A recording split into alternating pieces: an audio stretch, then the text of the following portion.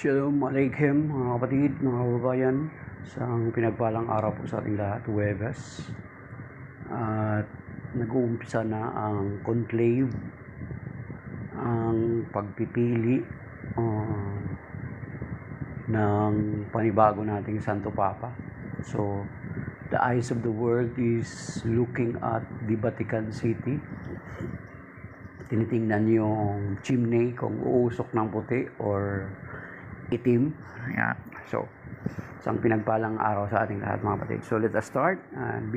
Before that, of course, binabati natin si Brother Joseph Jun Quijano, isang veteranong batikang lingkod ng Panginoon dati sa Katedral ng Pasig. Saka si Kuya Romy Nunez.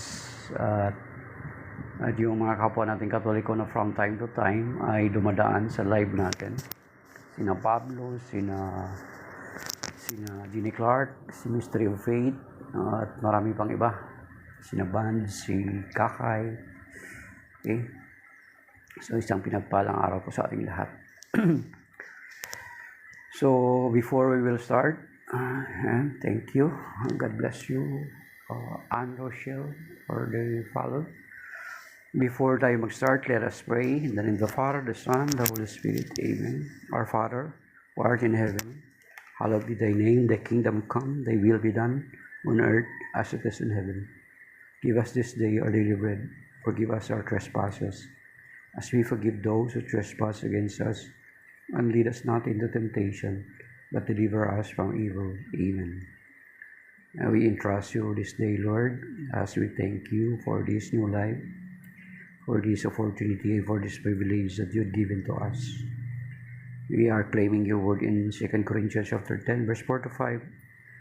The weapon of our battle are not of flesh, but are enormously powerful and capable of destroying fortresses. We destroy arguments and every pretension raising itself against the knowledge of God, and make every thought captive in obedience to Christ. Yes, Lord, we entrust this day to you, the honor, glory, and praise. In Jesus' name, with the Holy Spirit, one God, forever and ever. Amen. In the name of the Father, the Son, the Holy Spirit. Amen. So, yun mga kapatid. So, tuloy-tuloy ang ating ebanghelyo ay from John chapter 6, verses, the Gospel of today, John chapter 6, verses 44 to 51. Glory to you, Lord.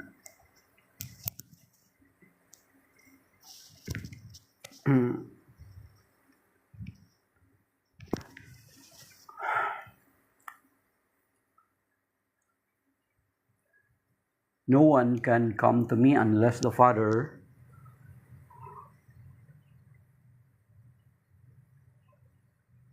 who sent me draw him, and I will raise him on the last day. It is written in the prophets, they shall all be taught by God. Everyone who listens to my Father and learns from him comes to me. Not that anyone has seen the Father, except the one who is from God. He has seen the Father. Amen, amen, I say to you, whoever believes has eternal life. I am the bread of life. Your ancestors ate the manna in the desert, but they died. This is the bread that comes down from heaven, so that one may eat and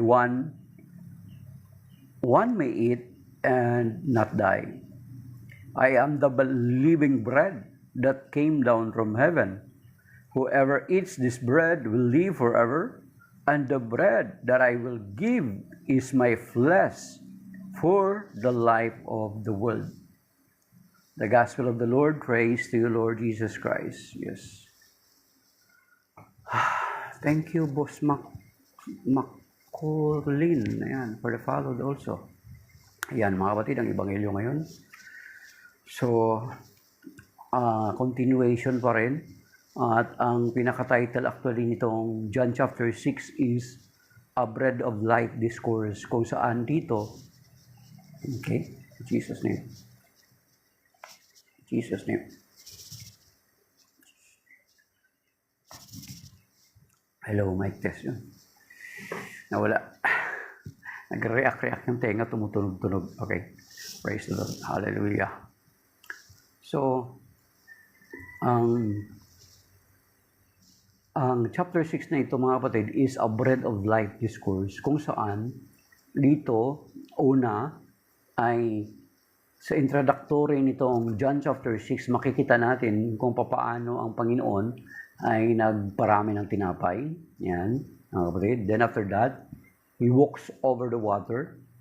Ibig sabihin, naparami ng Panginoon ang tinapay, nakalakad siya sa ibabaw ng tubig. Then, here comes, ay sinasabi niya, then yung kasunod is,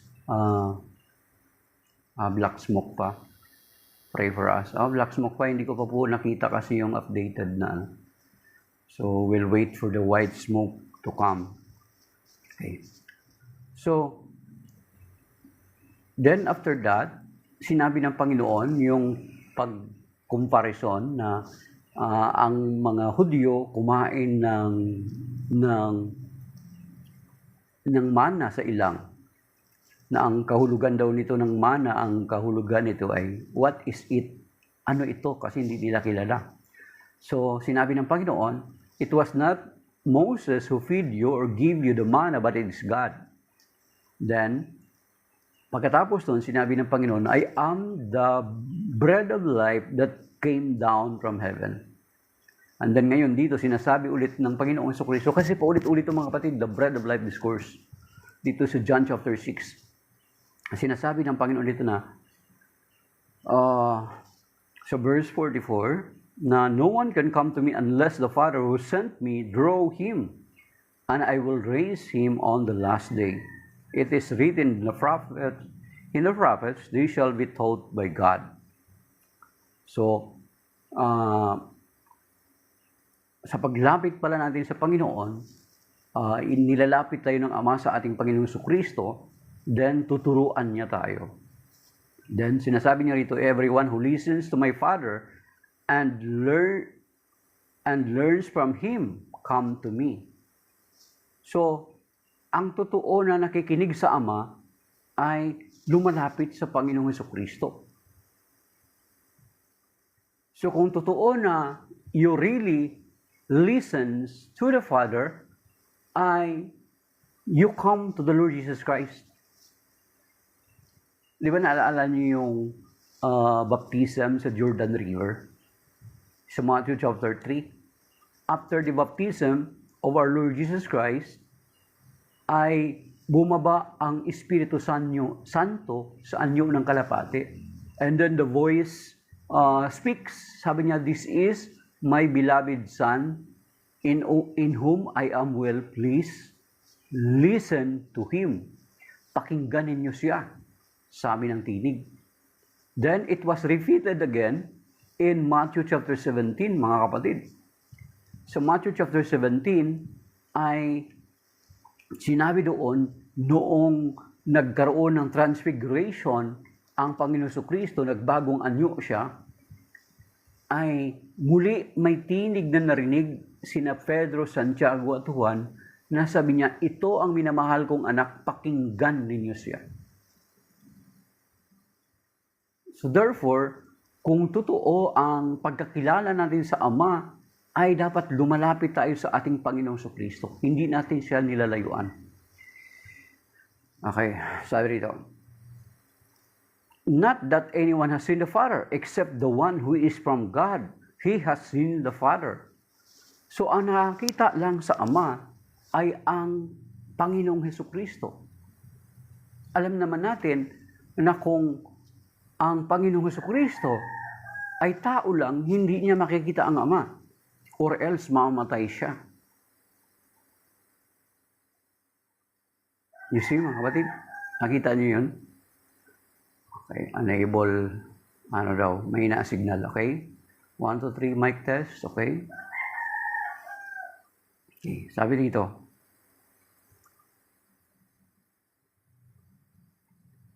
Not that anyone has seen the Father, except the one who is from God. He has seen the Father. Okay? So, hanapin natin ang mga kapatid.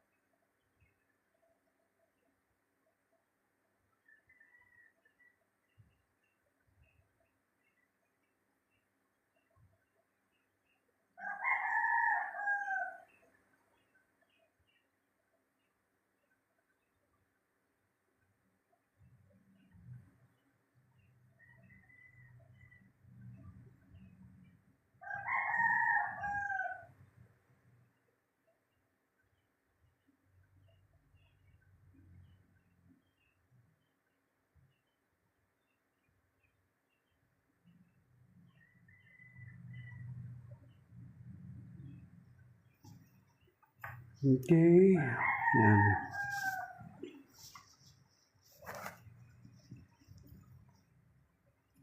Okay, tuloy natin mga kapatid. Not that anyone has seen the Father except the one who is from God. He has seen the Father. So, He came from God. The other day, na-discuss natin, He came down. He came down. Okay? He came down. So makikita natin yung divine origin ng Panginoong Jesucristo. That He is not just purely human being. He has a divine nature. Mga kapatid, yan yung parang halos araw-araw nating dinidiscuss. Na sinasabi doon sa dinidiscuss natin the other day mula pa nung nakalipas na araw until now, na ang Panginoong Jesucristo has divine origin. At kung babalikan natin, yun yung, good morning, hi Sister Amy, Victoria, good morning po, kamusta po? Kung babalikan natin, ibabalik tayo ulit doon sa, since the Lord Jesus Christ has divine origin, is not just purely human being, ay babalikan natin uli yung iba na nating mga inilatag na nung nakalipas. John chapter 1, verse 1 to 3, verse 14, Ephesians chapter 2, verse 5 to 8. Memorize na yan ng mga mamimemorize na natin yan araw-araw pag lagi nating sinusubaybayan mga kapatid.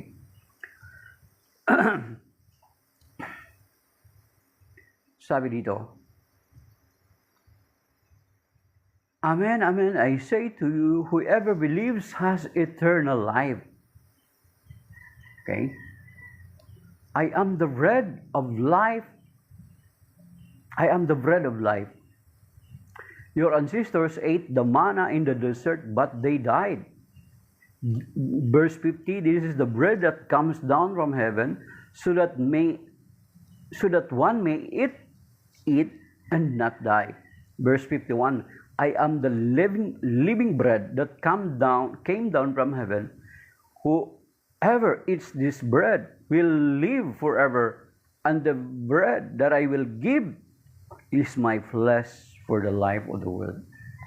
So you see, mabigat ito mga kapatid. Kaya nga na ngayon pinapakilala na ng Panginoon that He is the bread of life that came down from heaven. And the bread that He will give is His flesh for the life of the world. So ibig sabihin, for the life of the world, hindi ito para lamang doon sa kanyang mga alagad noong una niya mga tinawag, kundi para sa ating lahat. And then, how it will happen? Paano ito mangyayari? Kasi, noong hindi naman tayo nakasama noong mga alagad niya, noong in-institute niya yung Holy Eucharist, doon sa Matthew chapter 26, mga kapatid, di ba, hindi naman tayo kasama doon. Paano natin ma-avail itong life na sinasabi ng Panginoon Jesucristo?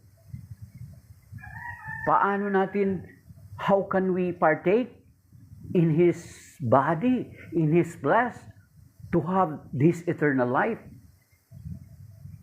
Kasi hindi naman tayo naging part noong Last Supper. Di ba? How it will happen? Of course, nangyayari ito sa banal na misa. Kasi, kung babasahin natin doon sa Matthew chapter 26 mga kapatid, makikita natin doon na ang abilin ng Panginoon during His institution of the Holy Eucharist, the Thanksgiving, Eucharist is Thanksgiving, coming from the word Greek word na Eucharistin, ibig sabihin daw ay Thanksgiving, ay ang bilin niya doon, sabi niya, do this in remembrance of me. At ang remembrance of me na yun, mga kapatid, is not just the way just to remember what He did for us in our mind. Pero ang context ng remember sa kanila is to make it present. Kasi take note na itong Holy Eucharist was instituted during the Passover meal celebration ng mga Hudyo. And let us remember, sa Jewing celebration ng mga Hudyo, ay every year, sa celebration ng mga Hudyo ng Passover meal, ay kinakailangan nila magkatay ng isang kordero. As they commemorate the first Passover that happened in Exodus prior of their departure in Egypt, magkakatay sila ng isang tupa or kambing at hindi babaliin ang buto. So, as they commemorate the event, the first Exodus or the first Passover in Egypt, they need to magkatay ng tupa. So when the Lord Jesus Christ established the Eucharist during the first Passover meal, para bagang sinasabi niya, pinapalitan niya yung nag-institute siya ng panibagong Passover. And then this Passover is not anymore tupa na kakatayin, is not anymore kambing na kakatayin, kundi siya na mismo yung ihahandog. Take note yung commemoration ng mga Hudyo ng Passover is not just to recall. Kakain lang sila, mag-celebrate lang sila, but they need to make it actual during kung ano yung ginawa nila nung first Passover, nung gabi na yon doon sa Egypt, mga kapatid. Ina-actualize nila yun. Lahat ng ginawa nung unang first Passover, ginagawa nila. And then here comes the Lord Jesus Christ, instituted the Holy Eucharist, the new Passover, during the feast of the Passover of the Jews, mga kapatid. Ibig sabihin, pinapalitan ng Panginoong Jesucristo yung unang Passover. Our Passover meal is not anymore kambing or tupa, but our Lord Jesus Christ, kung saan siya ay tinawag ni Juan dun sa John chapter 1 verse 29, He is the Lamb of God who takes away the sins of the world. Diba? Kaya nga nung pagdating nung sa Matthew chapter 26, mababasa natin doon, sinabi niya nung kinuha niyang tinapay, take this all of you and eat of it, for this is my body. And then the same with the chalice, sabi niya, take this all of you and drink of it, for this is my blood, the blood of the new and everlasting covenant, which will be shed for you and for many. Do this in remembrance of me. So yung remembrance na yun is not just to recall, it's not just to reminisce what had happened 2,000 years ago, but to make it actual, katulad nung ginagawa ng mga Hudyo. Kung paano nila sila celebrate yung first Passover doon sa Egypt nung gabi na yun, prior of their departure, sinasabi ng Panginoon, this is the new Passover, and then the Passover meal that you will partake is my flesh. And my blood. Mga kapatid, kaya ang sinasabi niya dito, the bread. I am the living bread that came down from heaven. Whoever eats this bread will live forever. So, yun nga sabi ko sa inyo, hindi tayo kasama doon sa unang first institution of the Holy Eucharist. Then, paano natin ma-attain ito, ma-avail itong pangako na ito? Ayan, yung sinabi ng Panginoon, do this in remembrance of me. At ang remembrance na ito, mga kapatid, is not just to think, just to remember, but to actualize. Sabi niya, do this in remembrance of me. Katulad ng Passover meal ng mga Hudyo. Kasi kung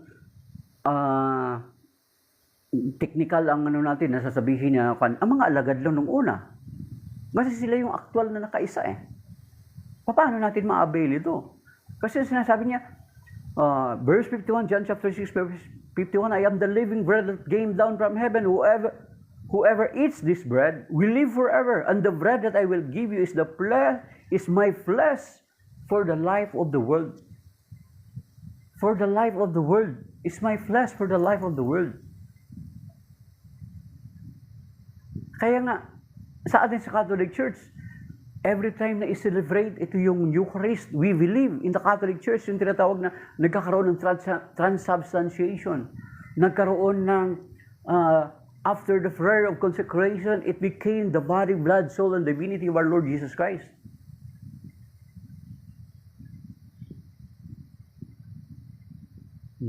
Kaya nga kung titingnan natin, ay pinapatunayan ito rin ng mga napakaraming miracle na Eucharistic miracle. Ibig sabihin, pinapatunayan, kino-confirm ng Eucharistic miracle that it really happens, mga kapatid. Kaya tingnan nyo si yung bago ngayon, si Carlo Acutis, di ba? Beato Carlo Acutis. He was beatified as a young, beatified pa lang hindi pa canonized. Hindi ko lang alam kung na-canonize na ba, hindi ko matandaan mga kapatid.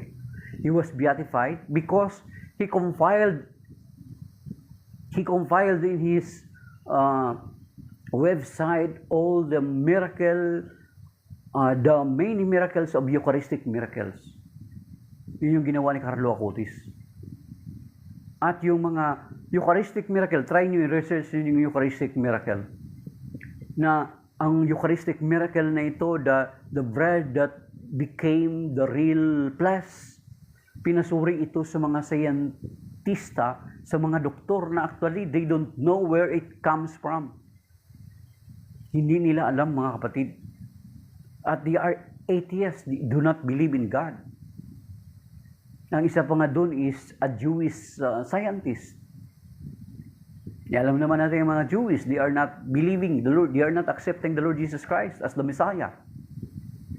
Pero nung nasuri nila ito, mga kapatid, kahit itry nyo, nung nasuri nila ito, itong, mystery of faith, itong flesh, yung bread na ito that became flesh, is na-determine ng doktor na it comes from the part of the heart of a severe beaten person. You see?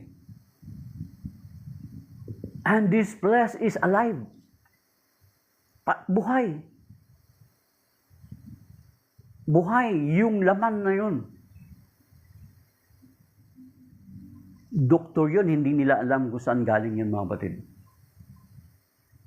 Then, na-realize na it came from the part of the heart of a severely beaten, ibig sabihin, grabing pagkabugbog na tao.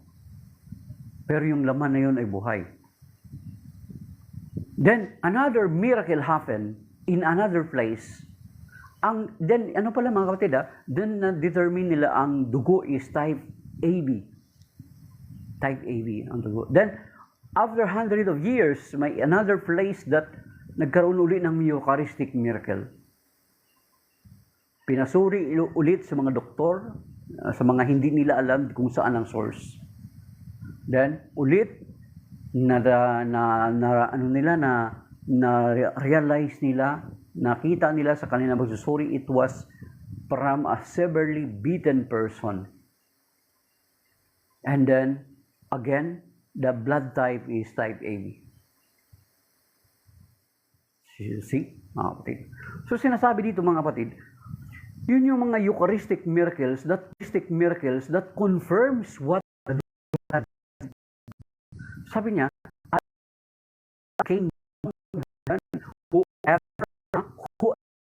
ibig sabihin, hindi lang ito sa panahon ng mga alagad. It is for us to see for word. Ngayon, paano makakapartake yung sanlibutan? Kasi wala naman tayo doon sa first institution of the Holy Eucharist. Yun yung sinabi ng Panginoon, do this in the remembrance of me. At yung remembrance na yun, ay katulad ng pag-remembrance ng mga Hudyo sa during Passover meal. Every time na mag-commemorate sila ng first Passover meal, prior to the departure in Egypt, pumapatay sila ng tupa. So hindi lang sila magse-celebrate, pero ina-actualize kung ano yung ginawa during the first Passover meal, ginagawa nila aktwal. Yung first Passover meal, nakabigkis sila ng tuwalya, kumakain sila ng bitter herb, at nagmamadali sila, hindi babaliin ang buto ng tupa. So, nung sinabi ng Panginoon, He instituted the Holy Eucharist during the feast of the Passover meal, sinasabi niya, you do not need anymore to kill a sheep or a goat to be eaten. But here comes, I am the Cordero de Dios. What do you call this? Cordero de Dios. Siya na yung tupa. He is the Lamb. Yan, the Lamb of God who takes away the sins of the world. Siya na yung korderong papatayin. Siya na yung korderong iaalay. Siya na yung korderong ipa-partake natin. Hindi na natin kinakailan magkatay pa. Siya na mismo. And then how it will happen? Mangyayari yun na doon sa sinabi niya sa mga lagad niya, do this in remembrance of me. Ibig sabihin, yun na nga yung during the first, yung Easter Vigil, during the Easter Holy Thursday, di ba? Institution of the Holy Eucharist, at the same time, He established the office of the priesthood. Di ba? In-establish niya yung office ng priesthood. Kasi, how can they institute the Holy Eucharist? By instituting or pagtatalaga sa kanila ng Panginoon bilang mga pari na maghahandog. Do this in remembrance of me.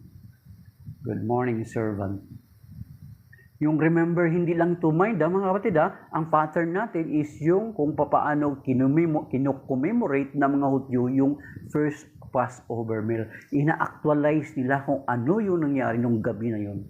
Mga kapatid, the very detail nung ginawa nila nung first Passover meal, ginagawa nila every time mag-celebrate sila ng commemoration ng first Passover sa Egypt. So sa atin, hindi lang ito to think about, kundi ina-actualize natin. By means doon sa Eucharistic miracle, sa Eucharist na isinasangayon natin yung paghahandog ng Panginoon Kristo. Kaya nga sabi niya rito, I am the living bread that came down from heaven. It came down from heaven. Whoever eats this bread will live forever. And the bread that I will give is my flesh for the life of the world. Kaya nga, sa sunod na mga araw, mga kapatid, lalalim ang usapang ito, mga kapatid. So, makikita natin na marami sa kanyang mga lagad sa sunod na araw, maririnig natin sigurado, marami sa mga tagasunod niya ang nagsialisan sapagkat hindi nila matanggap yung sinabi ng Panginoong Jesucristo.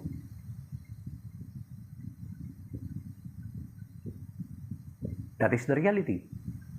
That is why kung titingnan nyo, kaya nga sinasabi ko sa inyo, although sige, ulitin na natin bukas, o ulitin na natin sa sunod na araw, at least kung paulit-ulit, ay may tendency na mag-sink in sa atin, maintindihan natin, may ma-retain sa puso't isipan natin. Nung nagsialisan yung kanyang mga lagad, he never said na, oh, it is just a figure of speech. It is just a simile. O, di ba? Hindi niya binawi, mga kapatid, nung nagsialisan.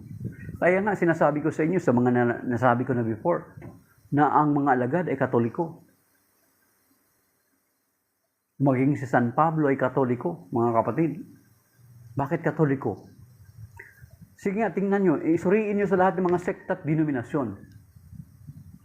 Naniniwala ba sila sa real presence of the Lord Jesus Christ? No. Every time na gagawin nila ito mga kapatid is just a symbolic.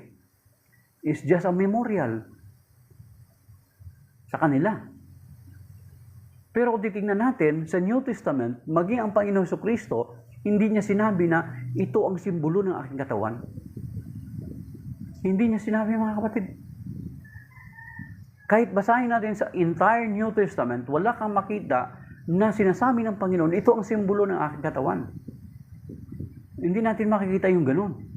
Kaya nga, sinasabi ko, the apostles were Catholic. Ang isang proof doon, na Katoliko sila, it is because, nung sinabi ng Panginoon itong napakahaba-haba yung Bread of Life discourse dito, John chapter 6, doon sa John chapter 6, verse 66, tignan ta, tandaan nyo na, 666 of John, di ba, nakakatakot na numero yun, kinakatakutan ng mga separated brethren natin. Anong sinasabi doon? Mula noon, hindi na sumunod ang kanyang mga alagad. Mabasahin natin, mga kapatid, i-advance na natin, although babasahin ulit ito suldang araw. Sigurado ako. Sa John chapter 6, verse 66, mga kapatid, kaya itong dito sa part na ito ng John chapter 6, makukonclude natin that the apostles were Catholic. They are not Protestant. They are not part of any sect and denomination. Bakit? Only the Catholic Church believes in the real presence of the Lord Jesus Christ in the Holy Eucharist. John chapter 6, verse 66. Okay, nakakatakot na number, mga kapatid. Mula nooy, marami sa kanyang malagad ang tumalikod at hindi na sumama sa kanya. Okay?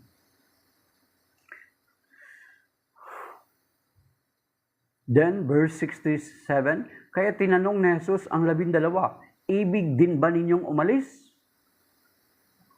Ang mga lagad hindi umalis. And verse 68, sumagot si Simon Pedro, Panginoon, kanino kami pupunta?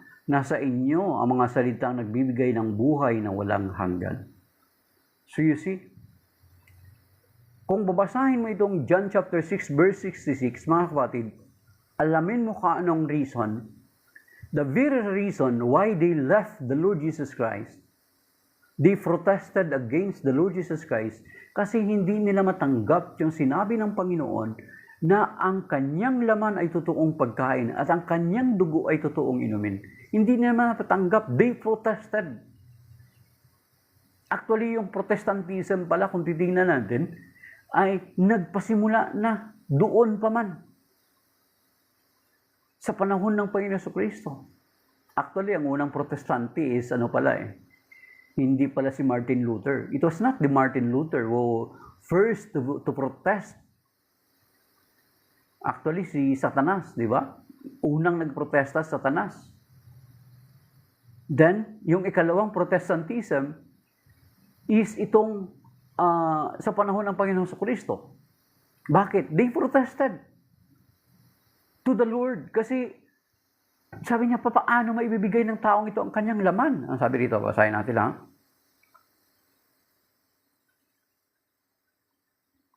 Okay. Sa verse 53, kaya't sinabi ni Jesus, tandaan ninyo, malibang kanin ninyo ang laman ng anak ng tao at inumin ang kanyang dugo, hindi kayo magkakaroon ng buhay. Ang kumakain ng aking laman, John chapter 6, mga kapatid, verse 53, Verse 54, ang kumakain ng aking laman at umiinom ng aking dugo ay may buhay na walang hanggan at muli ko siyang bubuhayin sa huling araw. Verse 55, sapagkat ang aking laman ay tunay na pagkain at ang aking dugo ay tunay na inumin. Verse 56, ang kumakain ng aking laman at umiinom ng aking dugo ay mananahan sa akin at ako sa kanya. Buhay ang amang nagsugo sa akin at ako'y nabubuhay dahil sa kanya. Gayon din naman ang sino mang kumain sa akin ay mabubuhay dahil sa akin.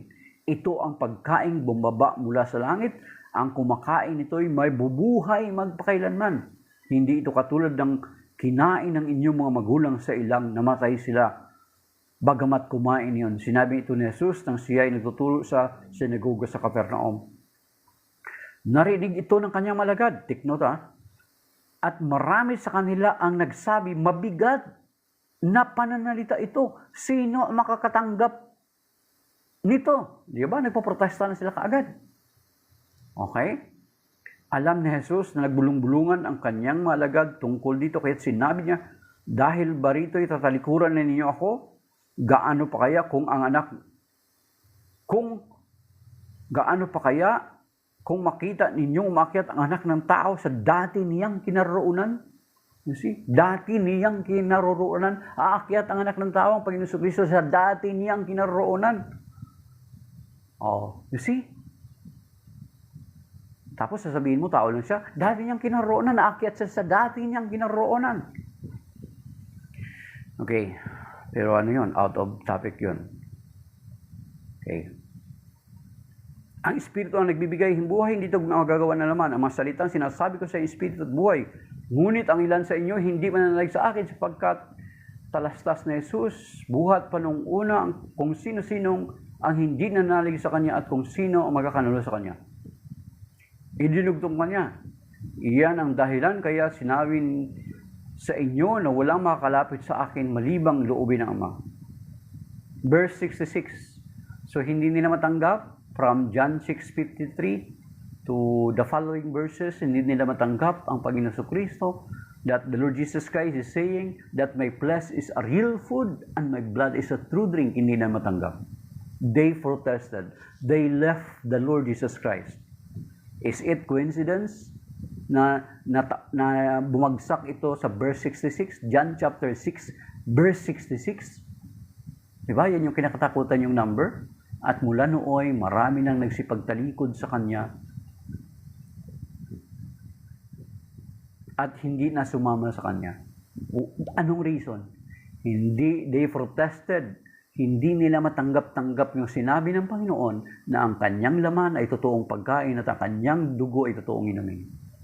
Ngayon, kung titingnan natin, ibig sabihin, ang nanatili lang, John chapter 6, verse 67, ang nanatili lang ay ang Kanyang malagad. So therefore, we can conclude, the apostles were Catholic. They are not Protestant. They are not part of any Protestant denominations. Kaya nga, ang tagal ko nang sinachallenge, saan sa New Testament sinabi ng Panginoon o sinabi ng mga alagad, it is just a symbol. No, kasi kung symbol lang, hindi natin ma-attain yung pangako ng Panginoon na magkakaroon tayo ng buhay na walang hanggan. Oh. Yun mga kapatid. Kaya nga, kung titingnan natin dito sa 1 Corinthians, mga kapatid, tingnan natin yung last na ito. Kasi na oras na. Sa 1 Corinthians chapter 10,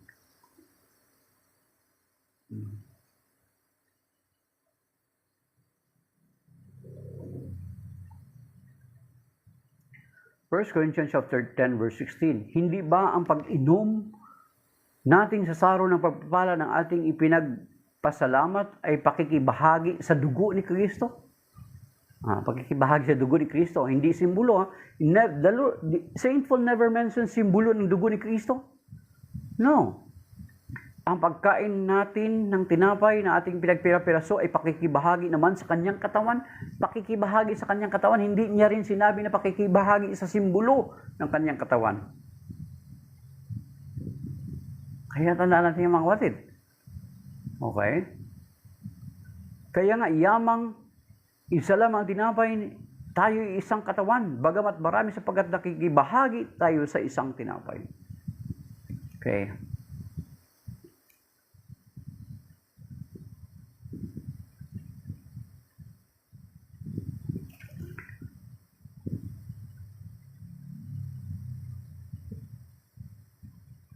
Then, pagdating dito sa 1 Corinthians chapter 11, anong sinasabi dito mga kapatid? So verse 17, umpisa na natin sa verse 23. Sabi ni Saint Paul, 1 Corinthians chapter 11 verse 23, ito ang aral na tinanggap ko sa Panginoon at ibinibigay ko naman sa inyo na ang Panginoong Jesus noong gabing siya'y ipagkanulo ay dumampot ng tinapay, nagpasalamat at pinagpira-pira. So ito at sinabi, ito ang aking katawan na ihahandog para sa inyo. Gawin ninyo ito bilang pag-alaala sa akin. Gayon din naman, matapos magapunan, hinawakan niya ang saro at sinabi, ang saro ito ang bagong tipan na pinagtitibay ng aking dugo. Tuwing inumin ninyo gawin ninyo ito bilang pag-alala sa akin, sapagkat tuwing kakain kayo ng tinapay na ito at iinom sa sarong ito ay pinagpahayag ninyo ang kamatayan ng Panginoon hanggang sa muling pagparito niya. Verse 27, mga kapatid, take note. Ang sino mang kumakain ng tinapay at umiinom sa saro ng Panginoon nang di nararapat ay nagkakasala sa katawan at dugo ng Panginoon. So you see, grabe yung instruction na kapag kumakain tayo na hindi tayo karapat-dapat ay nagkakasala tayo sa katawan at dugo ng Panginoon Kristo. Hindi sinabi sa simbolo, sa katawan ng simbolo at dugo ng Panginoon Kristo. Never mentioned yung simbolo at dugo. Though sa St. Paul is not part of the 12 apostles, he is not part during the institution of the first new Passover meal. Yung Passover meal na in-institute ng Panginoon Kristo, which is the Eucharist now. We call it the Eucharist. Di ba, mga kapatid? Tignan nyo. Verse 27, verse 28, kaya't dapat siyasatin ng tao ang kanyang sarili bago kumain ng tinapay at uminom sa saro. Verse 29, sapagkat ang sino mang kumakain at umiinom ng hindi pinapalaghan ang katawan ng Panginoon ay kumakain at umiinom ng hatol sa kanyang sarili. So you see, ang sino mang kumakain na hindi pinapahalagahan ang katawan ng Panginoon. Anong sabi? Ay kumakain at umiinom ng hatol sa kanyang sarili. Kaya that is why we in the Catholic Church, mga kapatid, yung mga kapag nasa mortal sin ka, you need to go first to confession. Kung hindi ka kasal, you need to go to, na kailangan huwag ka muna magtanggap. Meron kaming kaibigan dito dati. Instrumentalist siya. Talaga makikita namin na hindi talaga siya tumatanggap ng communion until such time na maikasal siya sa simbahan. So, ganun kasibir yung kasalanan natin, lalong nadadagdagan yung ating kasalanan. So, tingnan nyo, basahin nyo po ulit. Never. Beri mo, kung kakain ka ng tinapay na yun, hindi karapat-dapat nagkakasala ka sa katawan at dugo ng Panginoon. Hindi sinasabi sa simbolo ng katawan at dugo ng Panginoon. Very strong yung word dito, mga kapatid. Kaya nga alam nyo ba na sa noong, yun nga, nakwento ko na to before, lastly siguro, ay kasi nung sa high school pa ako, nagkaroon nga ng misa dun sa amin. Sa school namin, nagkaroon ng misa. It was based because of my suggestion, my platform of government during nagtumakbo ako ng student council. Yun yung proposition ko na magkaroon ng once a month na misa sa school namin. Nung nagkagulo ang school namin, ay ginawa ng school namin ay nagpabisa nga, mga kapatid, sa school, doon sa school ground, sa stage.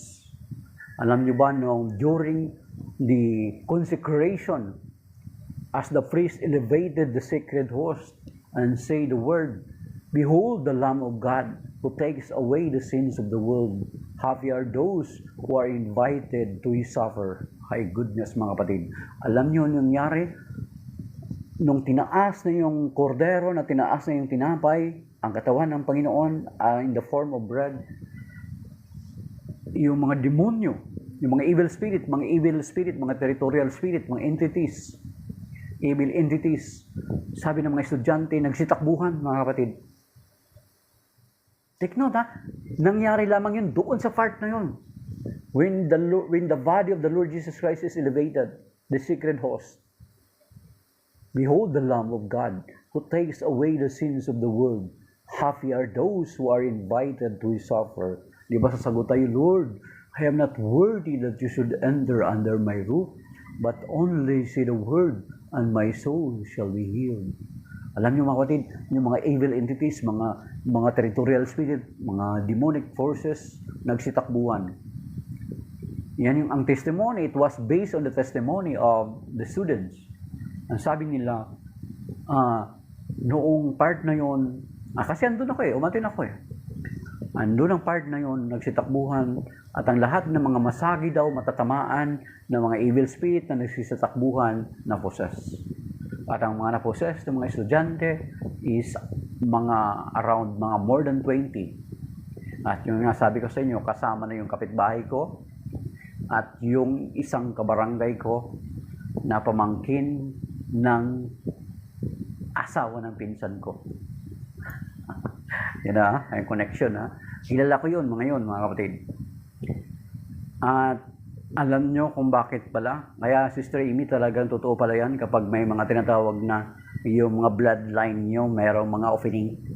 Kasi yung lula nung kapitbahay ko, hindi niya naman siguro panonoorin to, hindi ko naman siya pinangalanan, ay manggagamot.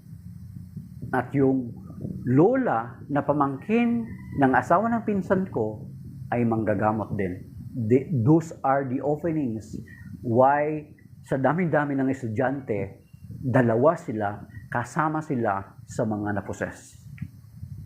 Kasama yung isa kong kaklase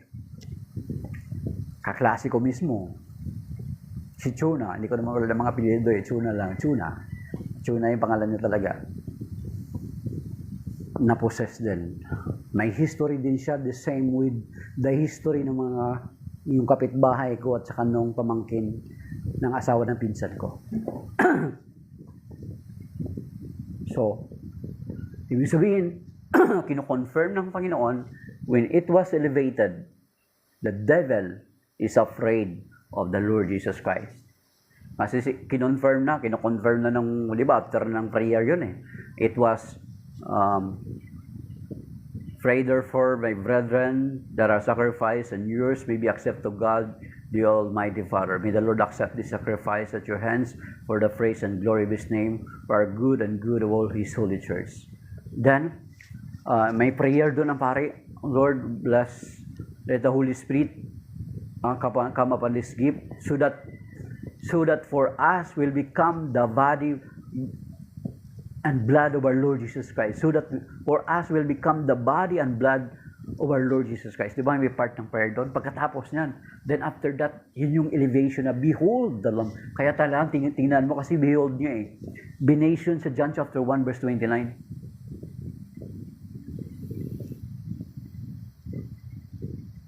Okay. Behold the Lamb of God who takes away the sins of the world. Nagsitakbuhan yung mga demonyo.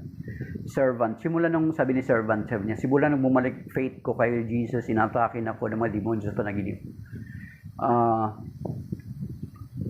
Kasi sabi ko nga, lagi ko sinasabi sa mga kasamaan ko, servant, na kapag yan ang patunay na hindi ka nakakampi ng demonyo.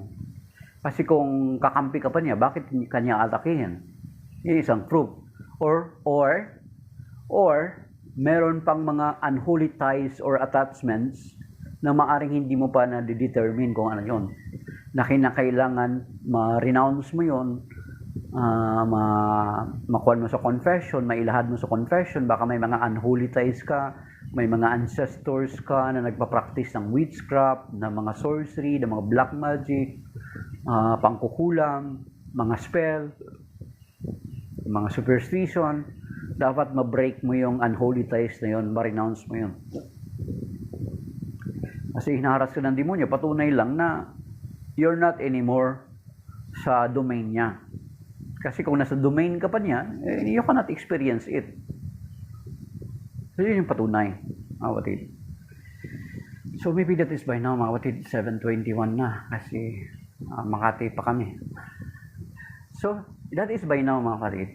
Ay pag nilayan natin yung 1 Corinthians chapter 11, wala po sa New Testament na ang sinasabi ng Panginoon, tinatanggap natin na tinapay is just a symbol. Ang sabi ng Panginoon, ang aking laman ay totoong pagkain at ang pagkain ito ay bibigay ko sa sanlibutan. Ibig sabihin para sa atin. paano natin ma-obtain yung laman ng Panginoon? It happens or it is happening during the Mass. Kasi sinabi ng Panginoon, do this in remembrance of me.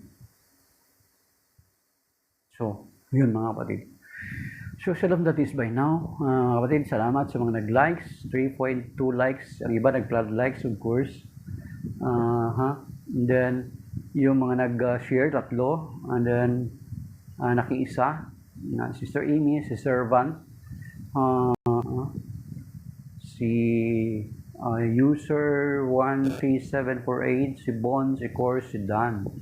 At yung hindi man tap ng screen, yet they are there na nakinig sila sa atin, they considered to listen to us. May God bless us. Ingatan naman tayo ng Panginoon, gabay patnubayin, ligtas tayo sa anumang mabibigat mga pagsubok, malulubang karamdaman, pagluban niya tayo ng ating mga pangailangan, financially, material, physical, and spiritually, at ang ating mga mahal na sa buhay ay lumapit sa Panginoon, tanggapin ng Panginoon ng kanilang buhay bilang hari, Panginoon tagapagligtas, at manggagamot, at ganun din, pagpalaan dinawa ng mga Panginoon yung mga homeless nating mga kababayan, si asawa ni Brother Calex, ang galingan ni Mala, si Brother Dominic Navarro, at mga iba pang nangailangan ng tulong at biyaya ng Panginoon. At sa ating lahat, may God bless us and keep us safe and sound sa araw nito. Shalom, my dear brothers and sisters. Signing out.